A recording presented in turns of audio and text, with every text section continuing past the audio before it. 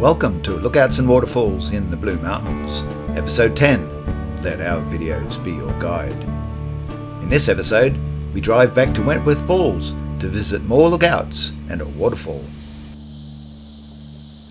Welcome back. We have driven, as in Episode 9, to the Wentworth Falls picnic area, and from here it's a short walk to Jamison Lookout. After that, we'll take the walking track from Sir Henry Burrell Drive to Prince's Rock Lookout.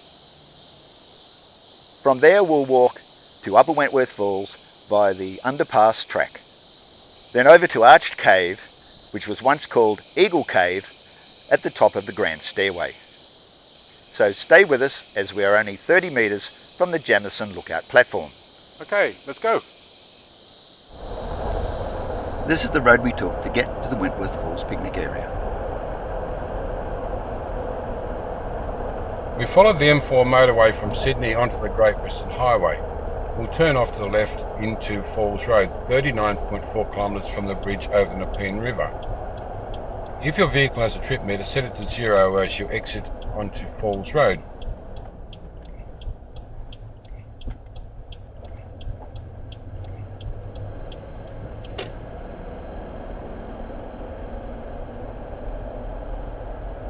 At 2 kilometres, veer right, enter the picnic area and park in the Wentworth Falls car park.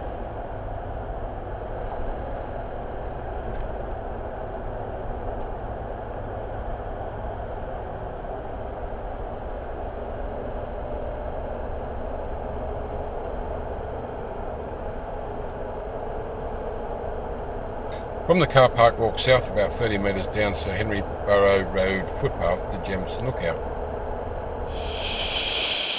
What do we have on this area, Graham? Many geographical locations in the Blue Mountains were first named by the New South Wales Governor, Lachlan Macquarie, who made a historic journey from Sydney to the Western Plains beyond the mountains in May of 1815. During both his outbound and inbound journeys, he documented much of what he observed and discovered. As he passed through this area, he saw a tableland and named it King's Tableland. We saw some of that in the last episode. On the southwest side of the King's Tableland, he saw a glen bounded on the further side by mountains of great magnitude. It was a great and noble valley, broad and long. On each side rose stern, lofty, rocky precipices. In the middle stood grim Mount Solitary in proud isolation. Far away beyond the rolling hills, in the great sombre valley, stood another line of towering rocks, hemming it in on the distant southern side. This is the valley upon which many points look out, and there is an abiding charm in its sombre majesty, whether it be seen when the sun shines full upon it, or when the shadows flit across it, or when the mists fill it into a snowy sea. He gave it the name the Prince Regent's Glen. When Governor Macquarie's party continued west and reached the weatherboard hut, he saw a small creek running south through a valley. In his diary, the Governor wrote, "Here is a very extensive, pretty valley with a sum of very fine fresh water, with tolerable good feed for cattle, and it is exactly halfway between Emmy Ford and Cox River. I have this day named this place Jamison's Valley." These days that little valley, that includes Jamison Creek and Sir Charles Darwin Walk, has no name, as it was stripped of it later when the Prince Regent's Glen was renamed Jamison Valley. And now we have Jameson Lookout. Our second stop today is Prince's Rock. I'll tell you how to get there momentarily. From Jameson Lookout, it's a short 140 metre walk east along Sir Henry Burrell Drive, the start of the Prince's Rock track. Another way to walk there is from the Wentworth Falls Lookout via the Undercliff track. From the road it is downhill all the way, so be ready.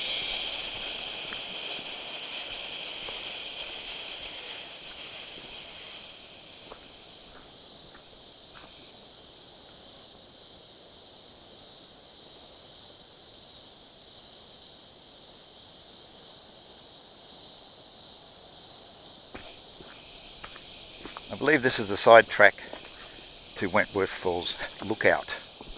We won't be going that way because we'll be going down to the underpass track.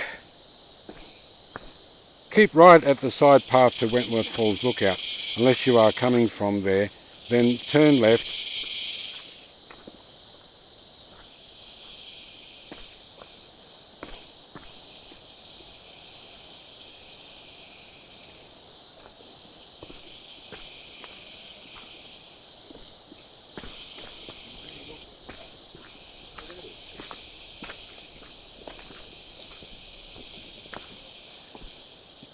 One of the drinking points they put in many moons ago for people to get a fresh drink of water.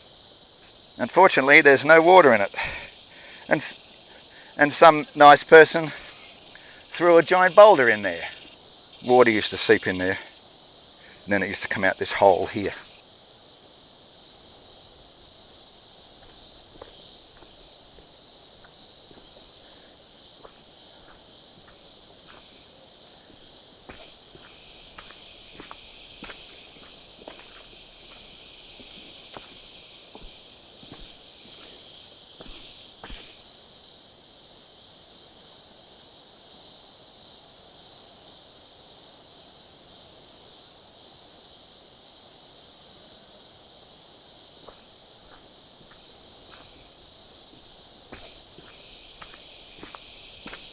I don't know if these are the original steps, Jeff, or whether these are new ones.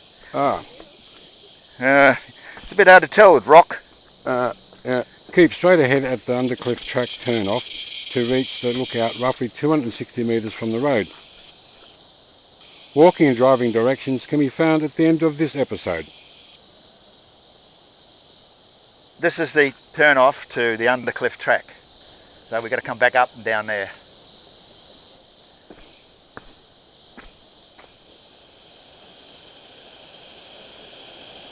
Tell us about this lookout, Jeffrey. My pleasure. Until the end of the 1880s, the lookout was unnamed. In late 1889, the Australian Town and Country Journal described the lookout as a natural platform of water-worn rock, and the Sydney Morning Herald published an article that called the lookout a rock platform. It wasn't until the following year that it was given the name Princess Rock, possibly because the valley was then known as Prince Regent's Glen.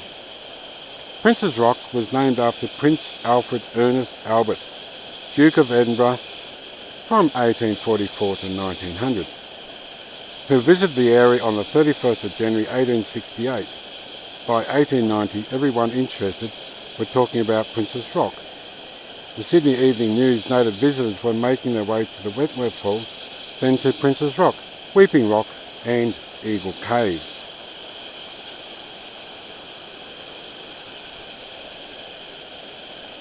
The Nepean Times of March 1891 printed, "Princess Rock is the finest lookout over the falls, and as the way it is steep, garden seats are placed at intervals so that the tourists may rest and contemplate the lovely scene.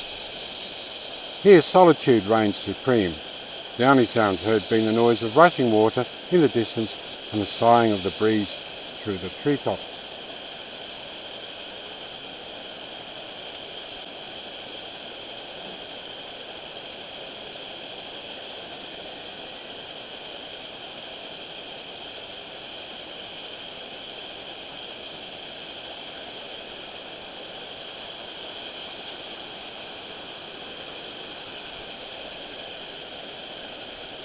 We are walking back to the side path to Wentworth Falls. From there we turn left and down to the Undercliff track. Our next location today is Upper Wentworth Falls, and that's a walk over to Wentworth Falls Lookout and down its walking track. Since that's the path we followed in episode 9, we will walk there via the Undercliff track. Down here. Nice and cool down here. Yes, sir. In 1894, there was a place nearby called Eagle's Nest. A newspaper at the time published this. Perhaps the finest view is that obtained from an outlook in the vicinity of the Eagle's Nest, a hole in the western wall of rock from which the most timid may gaze.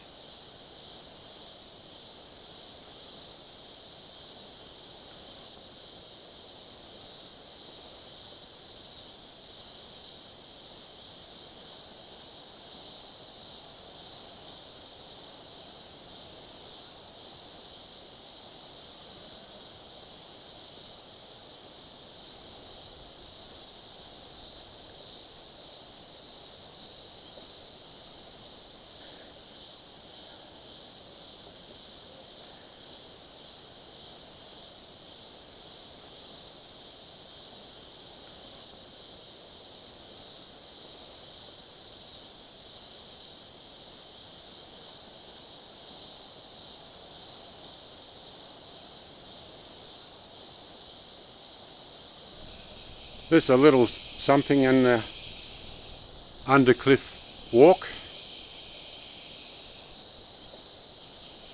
Maybe a seepage water drinking hole, because there's plenty of water down on the paths.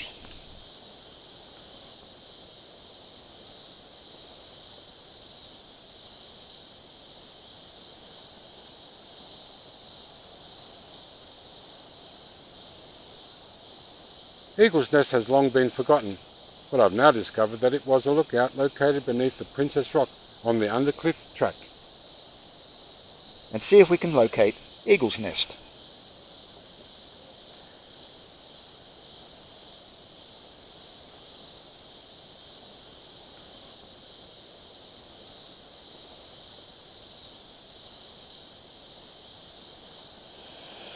There's a lookout down there. That's interesting. Do you have to look out for the lookout sign, do you? Well, it's not a named lookout, it's just lookout. I wonder if that's Eagle's Nest. No, the track stops just there. It might go around the corner, but well, Oh no, down there, it goes down there. Well, that must be Eagle's Nest then. I thought it was under the undercliff, but maybe that's it.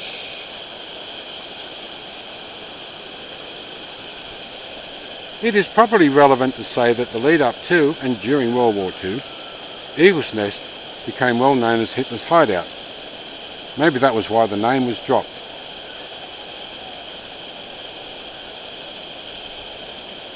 Ah, this is Eagle's Nest. You'll see why. So this is Eagle's Nest. So, yeah, I believe this would be Eagle's Nest. And I can see why they've called it Eagle's Nest. This is the original rock.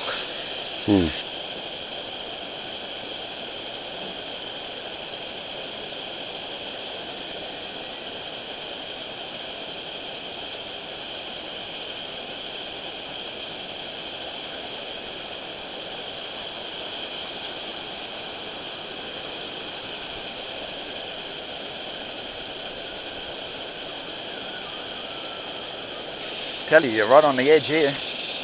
You have a look over there. You're right on the very edge.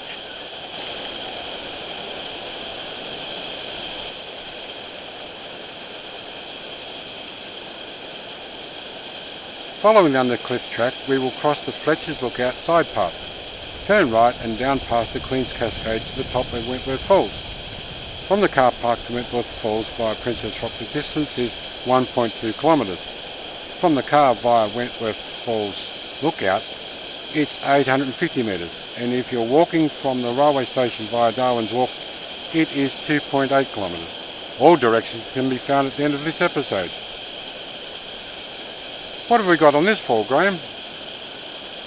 During Governor Macquarie's trip to Bathurst in 1815, he named this waterfall Campbell Cataract, after Secretary Campbell. In mid-1825, the Marquis de Bougainville, who commanded the French discovery ship La Thetis that was lying in Sydney Harbour, was shown the Campbell Cataract and by some strange, unknown authority promptly renamed it to Bougainville Cataract. Well, that didn't go down well with the locals, and with the Weatherboard Inn giving its name to the area, the falls were known as the Weatherboard Falls. The Marquis did not get his way for long, and after 1879, when the new railway station first took the name Wentworth Falls, the Campbell Cataract became Wentworth Falls.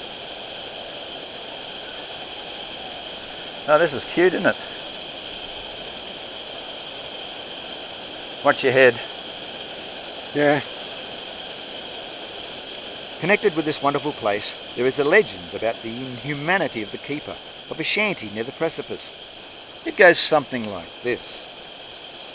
In the early days of the colony, before railways were thought of, gold diggers had to use the road, and this shanty, where grog was sold on the sly, was often resorted to by those who wanted shelter and rest. As the story goes, the keeper used to lure lucky gold diggers to the precipice, rob them, and then pitch them over into the valley beneath. I can imagine this was a tale told late at night around the early bush campfires. Ooh, it's getting darker and darker. Isn't this great? Something you don't see every day.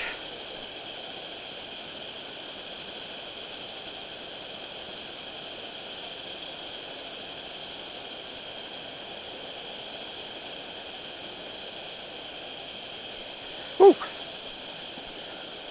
Slippery.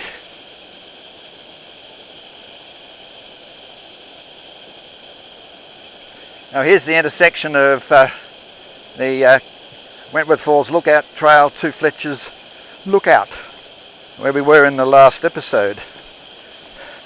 That goes down to Fletcher's, and this goes down to the waterfall.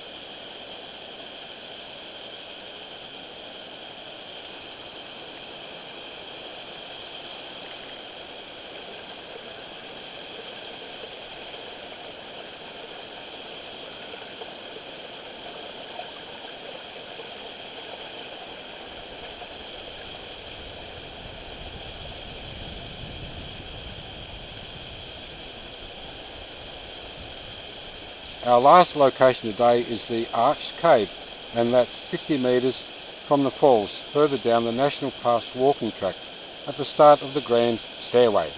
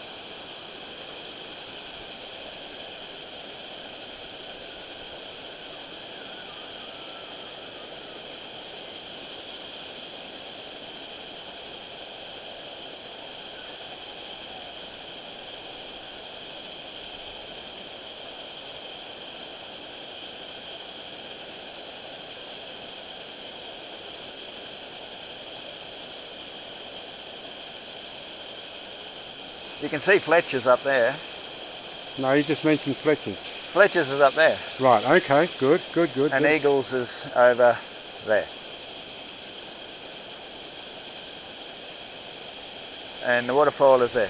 Right, okay. That gives geographic perspective of where we are. And we're going to Arched Cave. Right. Which is just here, hopefully.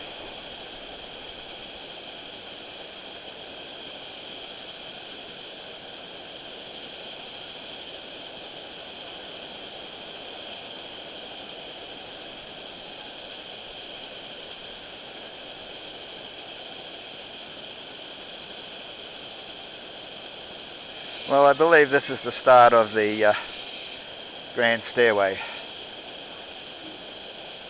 Hi, I'm Ian. What do you know about the Arch Cave, Graham? In 1890, the path to the Arch Cave ended at the cave, where a good view of Wentworth Falls was obtained. But it wasn't always called Arched Cave.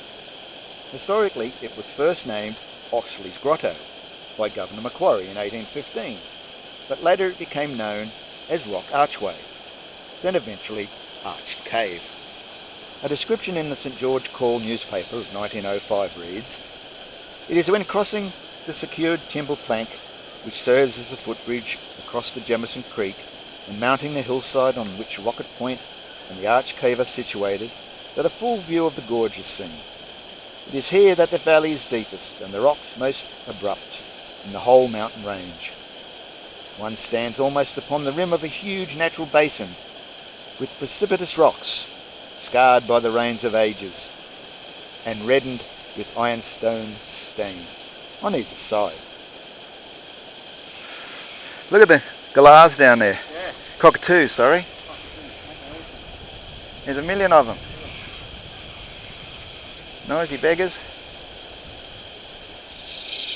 We visited 5 places today: Jameson Lookout, Prince's Rock Lookout, Eagle's Nest Lookout, Upper Wentworth Falls, and the Arch Cave, which was also a lookout. We don't expect you to do that all in one day. Take your time and enjoy the outdoors, the sunshine, the fresh air, the wonderful vistas. But most of all, stay safe by familiarising yourself with our safety instructions at the end of this video. In our next episode, we'll drive back to Wentworth Falls and we'll visit the Valley of the Waters. There's 3 lookouts and numerous waterfalls, of which we'll do some. So until then, all the best. Bye. See you later. Whatever way you discover the Blue Mountains, we want you to have a safe and enjoyable experience. Whether you drive, catch public transport, or cycle to the destinations we visit here, some walking is necessary. The walks are usually short, but can contrast greatly, so you need to be aware of the risks. Have a safe and enjoyable sightseeing experience at these lookouts and waterfalls. Don't forget to subscribe and click the notification bell to be alerted when next we visit the Blue Mountains.